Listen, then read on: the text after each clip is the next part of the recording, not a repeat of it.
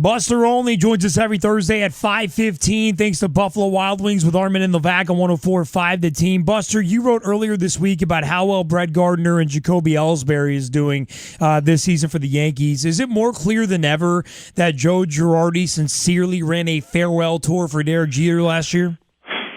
Yeah, Joe Girardi and the Yankees. And we don't know exactly, all the conversations that took place, but look, I thought that when they signed Ellsbury that the Yankees were set up in 2014 to have this amazing 1-2 combination of Ellsbury and Gardner, two guys who work the count. They both have speed, great at the top of the lineup. And right from the beginning of the season, they deferred to Derek on it. And I thought for sure that rather than insure him in the number 2 spot in the lineup in this last season, that they would at least talk to him in spring training and say, look, if you're not hitting, then we might put these two guys back to back. We're going to put you lower in the lineup. And apparently they didn't. I mean, Derek had a terrible first month. That would have been a great place to do this.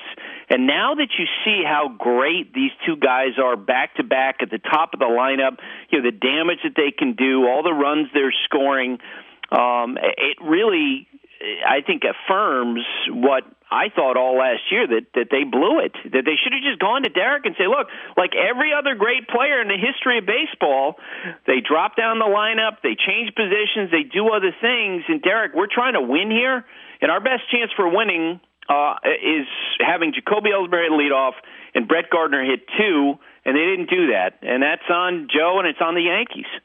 Now, Buster, last night, the debut of Jose Perella, he comes up for the regular season. Looks pretty good, 2 for 4. Is this the future second baseman of the New York Yankees? Yeah, I know they love him. And I know that they feel like that he can do some damage. I mean, clearly, the fact that he is a right-handed hitter is going to help them. They're so desperate for production from that side of the plate. And I think they're going to give him a lot of chances. And let's face it, Stephen Drew, beginning of the season, has just not hit. I think he's probably play defense the way that they expect. But at some point, they're going to need to get production out of other spots on a regular basis other than Gardner and Ellsbury. And that's the one thing about the Yankees. Now, as you look at them, does anyone know for sure that Alex Rodriguez is going to hit the rest of the year? Does anyone know for sure that Teixeira is going to keep hitting home runs? And that's why seeing Perella with his development is a real plus for them. Buster Olney thanks to Buffalo Wild Wings with Armen and Levack on 104.5 The Team. But, Buster, we were all led to believe that Rob Refsnyder was the magic bullet that was going to fix the infield forever. I know that they're excited about him, and who knows, maybe that eventually happens, but I know that the athleticism of Perella was something that really opened their eyes. You mentioned the old guys, which is funny. We had it on our list of questions for you, A-Rod and Teixeira. How long do we expect them to be batting like this, Buster? No idea. Absolutely no idea. I mean, you take it as it comes. You're thrilled with the start that Alex Rodriguez had. You're thrilled that he hit a 3-0 pitch against the Red Sox last week and gets a win. And I'm saying that meaning you're thrilled if you're the Yankees. And with Teixeira, coming into the year, I think they had no idea what exactly Teixeira was going to bring. And so all this early power, they'll take it. But if you look at his injury history and, you consider the age of all these guys, Beltran, you could throw into that mix, Chase Headley, Brian McCann, you know what? I mean, it's very possible that all year they're going to have a lot of ups and downs in the middle of that lineup, which, again, affirms just exactly how important Ellsbury and Gardner are. Buster, going back to the team without Derek Jeter this year, does the camaraderie over the growing of the mustaches happen in the clubhouse with Derek Jeter on this team? Well, we know this: the mustaches aren't going to be grown. I don't think Derek would have done that, but I don't know. That's too hard of a question for me to answer. We just look at something like that and we think, man, Derek Jeter would have thought, this was silly. We had Jim Leyritz on yesterday, and he said, yeah, I thought that Derek Jeter would always look at that and kind of poo-poo it and not be big on that kind of thing. Think about something that was really prominent for the Yankees. 2009, 2010, 2011, when Swisher was on the team, the pie in the face. How many times do you see Derek involved in that? Never. Yeah. There you go. That's a good point. Buster Olney thanks to Buffalo Wild Wings with Armen and Levack. Buster, another tough loss for CC Sabathia last night. Worst start to his career. Girardi thinks it could take a toll on him, but he'll be all right. What do you see in this? He's pitching okay, right? Yeah, he's pitching okay. They feel like that his velocity's up. it feels like a couple things. One, that in his starts, there's not a lot of margin for error. One mistake, like with the balk in the start on Wednesday night, that those are things that hurt him. But I think the thing that's got to happen is that we all have to sort of reset what we expect that he could be. He's not going to be the Cy Young Award winner. I think if he, was pitched like a number 4 or 5 starter, wound up getting 180 innings to 200 innings with a 4.5 to 5 ERA, I think the Yankees would sign up for that in a heartbeat, given how much money they're paying him. And you know what? I think that's good enough for them to have success. But I do think that CeCe's probably thrown the ball a little bit better than what his numbers are. Buster, you were at Fenway this past weekend when the Yankees swept the Sox. What's the vibe around this rivalry? We're getting a vibe that this thing is alive. How would you compare it right now to the past? Well, if we call the Thurman Munson Bill Lee fight in 1976, the Alex Rodriguez Jason Varitek fight, if that puts it at a 10, I'd say right now it's about a 3, okay? The other night, I will say, when Hanley Ramirez got hit, that, I was working next to the Red Sox dugout, and the stuff coming out of the Red Sox dugout was not benign. And it was very much of, oh, yeah, you're going to hit our guy? Well, we're going to come at your guys too. And that, basically answer an eye for an eye. And that's what happened with Jacoby Ellsbury. But, coming out of that, I think the Yankees just felt like Hanley Ramirez acted stupidly. And they just didn't agree with it. But I don't think it's something they necessarily look at the Red Sox. That's a team-wide issue. I think they view that as an isolated instance. I think the juice is going to come out of the fact that, these two teams are going to be involved in this incredible 5-team mud bog that's the American League East. They're probably going to stay close together the whole year. They may be even competing against each other in the trade market for different players. And that's why it feels like each one of these games, not only between the Yankees and the Red Sox, but between all these division rivals, just have extra importance because these teams are so close together. Well, in speaking of the Yankees and Red Sox hitting the batters, you wrote a piece about how the retaliatory beanballs need to come to an end.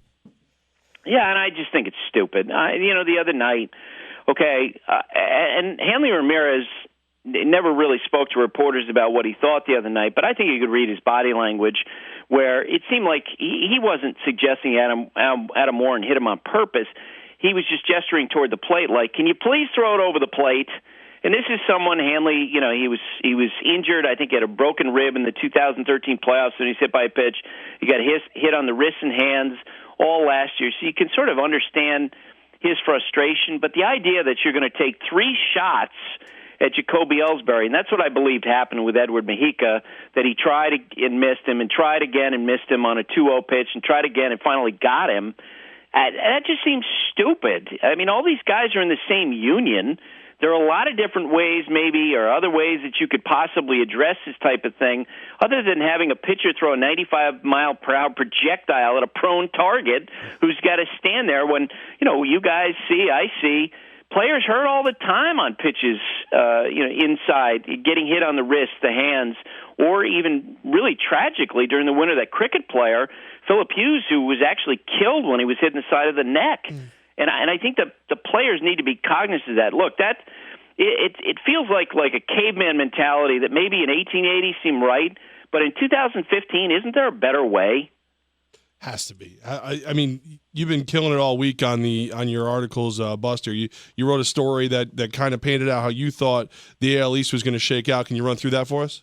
Yeah, just that, boy, all 5 of these teams are having issues. They've got weaknesses. They've got problems. We talked about the Yankees, who clearly have the best bullpen in the division, but their offense is going to be sporadic, and they have questions about their rotation. If you're the Red Sox, I don't think there's any question that they're going to start to upgrade their pitching staff, and they already did today, designating Mujica for assignment and calling up this, top young prospect Barnes, who's going to pitch out their bullpen. They'll probably trade for some guys. Tampa Bay lost Alex Cobb the other day, or he had a setback, and he may have Tommy John surgery at some point. They've got a good rotation. Otherwise, the Orioles are having issues. The Blue Jays, their young pitchers haven't performed as well as they hoped this year, but they've got a dynamic offense. All 5 of these teams have a shot to win this division. And, just being up in Boston the other day, guys, after the Red Sox sweep the Yankees, in Boston, it was all death and mayhem, and oh my God, this team's in a terrible mess, and the Yankees are so much better. As of that morning, they were 4 games at first, okay? And they were last place in the division. That's how close this division is, and I think it's going to be that way the whole summer. Wow. Good. We're excited, man. Drama's Bring fun. it on, baby. Buster Olney thanks the Buffalo Wild Wings with Armen and Levack on your home for Yankees baseball, 104.5 The Team. And Buster, with the New York Mets, they have considerably cooled off within the last 2 weeks of us talking to you every Thursday. How concerned should Mets fans be with what's happened recently? Well, they should be concerned. I mean, you certainly don't have a situation where they're giving back ground. And I watched Bryce Harper after his 3-home-run game on Wednesday. One of his quotes was, "We know we're the team to beat." And I'm sure the Nationals feel that way. They're probably collectively as cocky as Bryce feels. But I do think if you're the Mets, a couple things, that there are solutions on the horizon. At some point, David Wright's going to come back. And Michael Kadire made mention of this the other day, that, look, they miss David Wright. They miss Travis d'Arnaud. And the good thing is those guys eventually will be back. It will be interesting to see what sort of adjustments they make in trades. And they've got the ability to have improvements. I'm sure you guys have read about the speculation that maybe the Giants want to trade for Daniel Murphy because they have need in their infield, and the Mets have some options, and so maybe that's an avenue they pursue. Buster, when you talk about budding superstars like Chris Bryant in Chicago, I saw that he's already walked 17 times. He's getting the Barry Bonds treatment already. It's amazing. I've never seen anything like it. I'm actually trying to get numbers from Elias on this. Because, as you guys know, when young players come up for the first time, they're anxious. They've got their families there. There's a spotlight on them. They've never seen breaking balls like this. They've never seen fastballs like this. And they're really anxious, and they tend to swing a lot. And right away, because Chris Bryant certainly came to the big leagues with a lot of notice, opposing pitchers are absolutely giving him, as you say, the Barry Bonds treatment. They're not throwing him strikes. In his first plate appearance this afternoon, he drew his 17th walk in 20 games. 17 walks in 20 games, and he hasn't hit his first home run in the major leagues yet. That tells you how much respect the pitchers have for him right now. Buster Olney thanks the Buffalo Wild Wings. Buster, heard your podcast earlier. You brought up Deflategate. What bothers you the most on Deflategate and Tom Brady? It turns out, he's appears to be pretty guilty in this situation. What bothers you the most with it? Well, first off, I don't care about the legacy question. I don't think it affects my view of what Brady's legacy is. My goodness, he's one of the greatest quarterbacks of all time. I don't think he should be suspended for a long period of time. I think at that point the crime would outweigh the punishment would outweigh the crime. I think 1 game or the equivalent in baseball of what you get for a cork bat, 1/16 of the schedule. 10 games in baseball. I think what bothered me about it was the fact that Tom, who's one of the most powerful guys in professional sports, is at this point leaving these 2, ball attendants to answer the questions and to get the scrutiny from the NFL, and not stepping up and saying, you know what, you got us. Because when you read the report, it's pretty clear that 1 or 2 things happened.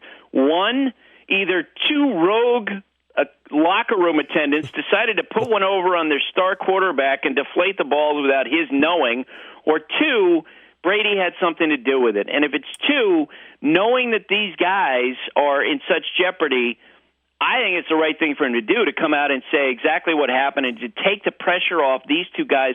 Because you guys have been around clubhouses and, locker rooms. These guys who are clubhouse attendants are like privates in an army, and Tom Brady is like a 5-star general. Yeah. And if Tom Brady tells them to do something, they'll do it, and they would not have done that without his approval. But with a possible NFL suspension looming, you think Tom Brady is just laying low and doesn't want to say a word until this thing comes out? Well, I mean, whatever the timing is, I think he needs to do that, if for nothing else, to give these 2 guys some protection. Because I'm sure, that the NFL, the Patriots are looking at some of those texts and the cuss words aimed at Tom, and these guys are in jeopardy. Their livelihood is in jeopardy. Here's Tom, who's made a lot of money, and really, when the big picture, he's not really at nearly as much risk as these 2 guys are in terms of their livelihood. Don't you, knowing that this almost certainly didn't happen without Tom pushing the issue, does he not have some sort of a moral obligation to come out and say, you know what, don't worry about it, I got it, it's on me, I made this happen? Buster, you believe Belichick didn't know anything about this? That's hard to believe too, right? That the most controlling coach in football didn't know that this was going on? I believe that he did not know, because I've seen him answer questions you guys have for years, and when there's stuff going on and he just doesn't want to talk about it because there's maybe some fire where there's smoke, what's he always say? You know, we're not focused on that. We're looking ahead. He defers. He deflects the question. When he came out unequivocally last fall and said, and in January, and said in so many words, I didn't know anything about this. Talk to my quarterback. I thought right then we got a lot of insight into what happened. Buster Olney, check him out, ESPN.com. He talks all, including Deflategate, on his podcast, just posted today as well. Buster, good talking to you as always, my friend. Thanks, man. Thanks, guys. Buster Olney brought to you by Buffalo Wild Wings in Clifton Park. Levack, you and I love us some Buffalo Wild Wings, baby. I got a hankering for that spicy garlic right now, and I think hankering means I want it, right? I mean, you're from the South. Hankering? I think hankering, hankering means, absolutely. Good, because I want that. Hankering, first time it's been used in the show. Woo! But understandably so. Buffalo Wild Wings, it's worth a hankering or any other kind of craving you might have. Ice cold bear, spicy garlic hot wings. That sounds like a beautiful day to me. Great place to watch a game, Buffalo Wild Wings.